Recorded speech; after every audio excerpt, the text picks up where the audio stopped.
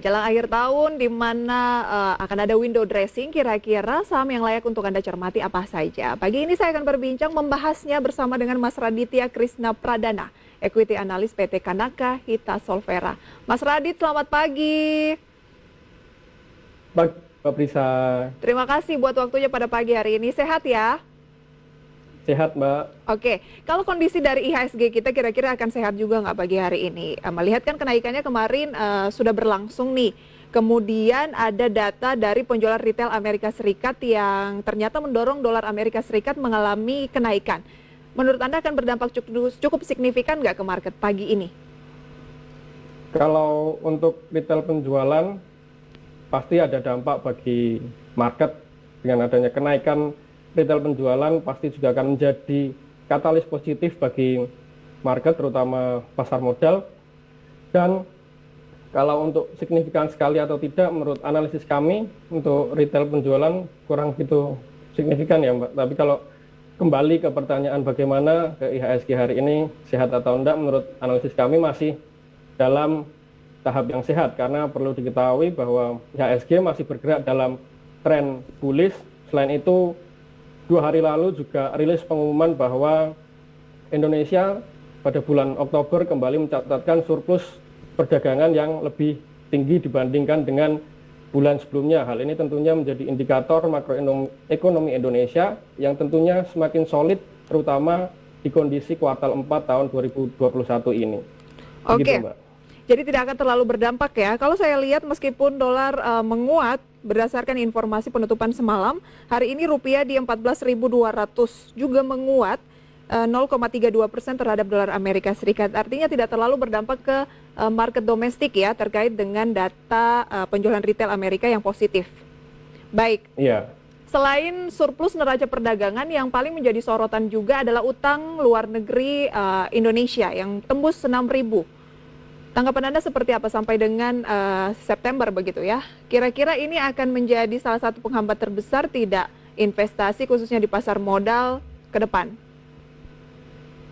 Baik, Bank Indonesia kemarin merilis bahwa utang luar negeri Indonesia tembus 6.000 triliun. Nah, sebagai investor, kita harus menyelidiki buat apa utang itu digunakan. Kami telah merangkum data-data sebagai berikut. Kenaikan utang luar negeri Indonesia yang mencapai 6.000 triliun didorong oleh kenaikan utang luar negeri pemerintah karena adanya penerbitan global bonds, termasuk Sustainable Development Goals Bond sebesar 500 juta euro. SDG bond ini digunakan untuk pembangunan berkelanjutan, proyek-proyek yang ramah lingkungan dengan standar internasional. Hal ini sesuai dengan tujuan atau yang diinginkan oleh Ibu Menteri Keuangan, Ibu Sri Mulyani, sebagai langkah Indonesia untuk mengurangi emisi karbon. Jadi dari segi penggunaan utang atau peningkatan utang, peningkatan ini masih bisa kami tolerir begitu Mbak, karena digunakan untuk proyek-proyek yang produktif, bukan konsumtif. Contohnya misal mayoritas diberikan untuk subsidi, nah itu mungkin akan menjadi dampak buruk ke market. Selain itu yang perlu diperhatikan pula bahwa dari risiko refinancing, posisi utang luar negeri Indonesia aman karena hampir seluruh utang luar negeri Indonesia memiliki tenor jangka panjang dan dengan pangsa mencapai 99,9% dari total utang luar negeri pemerintah. Selain itu, data yang kami peroleh juga mencatatkan bahwa Bank Indonesia mencatat rasio utang luar negeri Indonesia terhadap PDB pada kuartal 3 tahun 2021 sebesar 37%.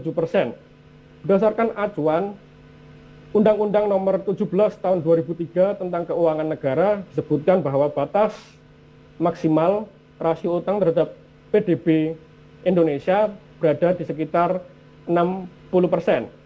Dengan perbandingan 37% saat ini dan ketentuan maksimal oleh Undang-Undang Nomor 17 tahun 2003, menurut kami hal ini masih di angka yang cukup wajar dan bisa ditolerir. Baik, sesuai dengan pernyataan dari Bank Indonesia masih cukup terkendali. Apalagi yang harus dilihat juga adalah pemanfaatnya strategis atau tidak ya. Jadi seharusnya pasar modal tidak terlalu mengambil pusing lah istilahnya ya, asalkan tujuannya jelas dan juga akan berpengaruh ke perkembangan perekonomian dan juga sektor-sektor yang ada di bursa. Begitu ya, Mas Radit? Betul, Mbak. Ya. Oke. Kalau pagi hari ini kami mengangkat untuk emiten adalah ASA yang optimis bahwa penjualan mobil bekas akan naik 15% di tahun ini. Dan itu terbukti dari kinerja sahamnya yang sepanjang tahun ini justru mengalami kenaikan sudah lebih dari 400%. Dan kemarin juga mengalami penguatan lebih dari 5%. Anda termasuk yang mencermati saham yang lebih banyak melakukan aktivitas penjualan mobil bekas ini nggak, ASA? Kalau secara pribadi saya tidak, Mbak, namun dari sisi tim research kami tentunya juga tetap mencermati kinerja keuangan dan teknikal dari ASA ini sendiri. Apa analisisnya untuk ASA? Dengan penguatan ini kan pasti banyak yang tergiur yang melakukan investasi di emiten tersebut. Melihat apalagi disampaikan bahwa penjualan mobil masih akan mengalami peningkatan untuk mobil bekas gitu. Prospektif nggak ASA ini? Betul, akan kami bahas mengenai dua sisi gitu ya, Mbak, secara fundamental dan teknikal. Yang pertama untuk fundamental, kami juga setuju dengan apa yang didapatkan oleh ASA tentang proyeksi atau forecast penjualan mobil bekas tahun ini yang mencapai 15%. Sudah disebutkan di ulasan tadi bahwa di masa pandemi seperti ini, mayoritas orang lebih memiliki pikiran bahwa lebih aman untuk menggunakan mobil pribadi dibanding dengan kendaraan umum, karena salah satu tujuannya adalah untuk mengurangi kerumunan dan meminimalisir tingkat risiko penularan COVID-19. Selain itu, digitalisasi dari marketing ASA sendiri juga cukup menarik, karena dengan adanya PPKM itu menurut kami tidak terlalu berdampak gitu ya, karena seperti yang disebutkan memiliki website online sendiri di caroline.id, sehingga masih bisa mencakup pangsa-pangsa pasar yang ditargetkan oleh ASA. Namun dari sisi teknikal menurut kami ini perlu diperhatikan secara khusus, karena berdasarkan kenaikan yield to date-nya sudah sampai 400% gitu ya, Mbak, dan Betul. mungkin banyak teman-teman investor yang akan FOMO gitu. Kalau berdasarkan teknikal yang kami lihat, ASA saat ini berdasarkan Elliott Wave Theory sudah berada di akhir wave 5. Berdasarkan Elliott Wave Theory, ketika sudah mengalami 5 wave dengan tren utama naik, maka kemungkinan skenario selanjutnya akan membentuk dengan yang namanya ABC correction. Dengan kondisi seperti saat ini di chart seperti itu ya, kami perkirakan bahwa ASA masih memiliki peluang kenaikan, namun cukup terbatas, yaitu ke level 4.000. Oke, 4.000 ya? Iya, dengan support penting di 3.100 dan resisten terdekatnya kemarin 3.660 sudah di breakout, dan resisten terdekat selanjutnya di kisaran 3.980 hingga 4.000 rupiah. Berarti buy on weakness saja ya? Beli di harga bawah? Iya, jangan FOMO. Oke, jangan FOMO, jangan dikejar ya, karena kenaikannya cukup signifikan, tunggu ada koreksi baru beli lagi. Masih ada peluang terdekat di level? Level atau target? Rupiah. 4.000 rupiah. Ya. Baik, secara fundamental wave 5. masih cukup oke, tapi secara teknikal agak kemahalan, sudah berada di akhir wave 5, gitu ya? Betul, Mbak. Oke, kita tinggalkan ASA yang mengalami kenaikan di atas 5%, kita beralih ke Buka. Buka ini juga banyak yang FOMO ke saham satu ini. Tapi 3 bulan pasca IPO senilai 21 triliun rupiah, Bukalapak kini gayat pinjaman lagi senilai 2 triliun rupiah dari Bank DBS Indonesia. Apa sih analisis Anda untuk saham yang satu ini?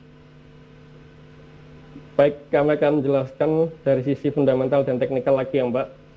Berdasarkan fundamental, pada Jumat 12 November 2021 kemarin, Bukalapak menandatangani perjanjian fasilitas perbankan dari Bank DBS besar 2 triliun. Dan perjanjian pinjaman ini menariknya dibuat tanpa pemberian jaminan atau agunan secara khusus. Tujuan dari perjanjian fasilitas perbankan ini menurut Bukalapak sendiri digunakan sebagai bentuk diversifikasi pendanaan selain dari pendanaan yang sudah didapatkan dari IPO untuk aktivitas pengembangan usaha perseroan. Namun hal yang perlu dicermati secara khusus dengan adanya pinjaman ini akan meningkatkan kewajiban dari Bukalapak sendiri mengalami peningkatan. Dan yang pertama, ya. Oke, Mas Radit, berarti tampaknya ada nada-nada yang kurang menarik di sana ya. Kalau kita lihat kan harganya mendekati harga IPO ya. Sekarang di 690, kemudian harga IPO-nya di 685. Baik, tapi nanti akan kita bahas, kita lihat dulu ya deretan saham pilihan pada pagi hari ini yang direkomendasikan oleh Mas Radit. Selengkapnya dapat Anda saksikan di layar televisi Anda.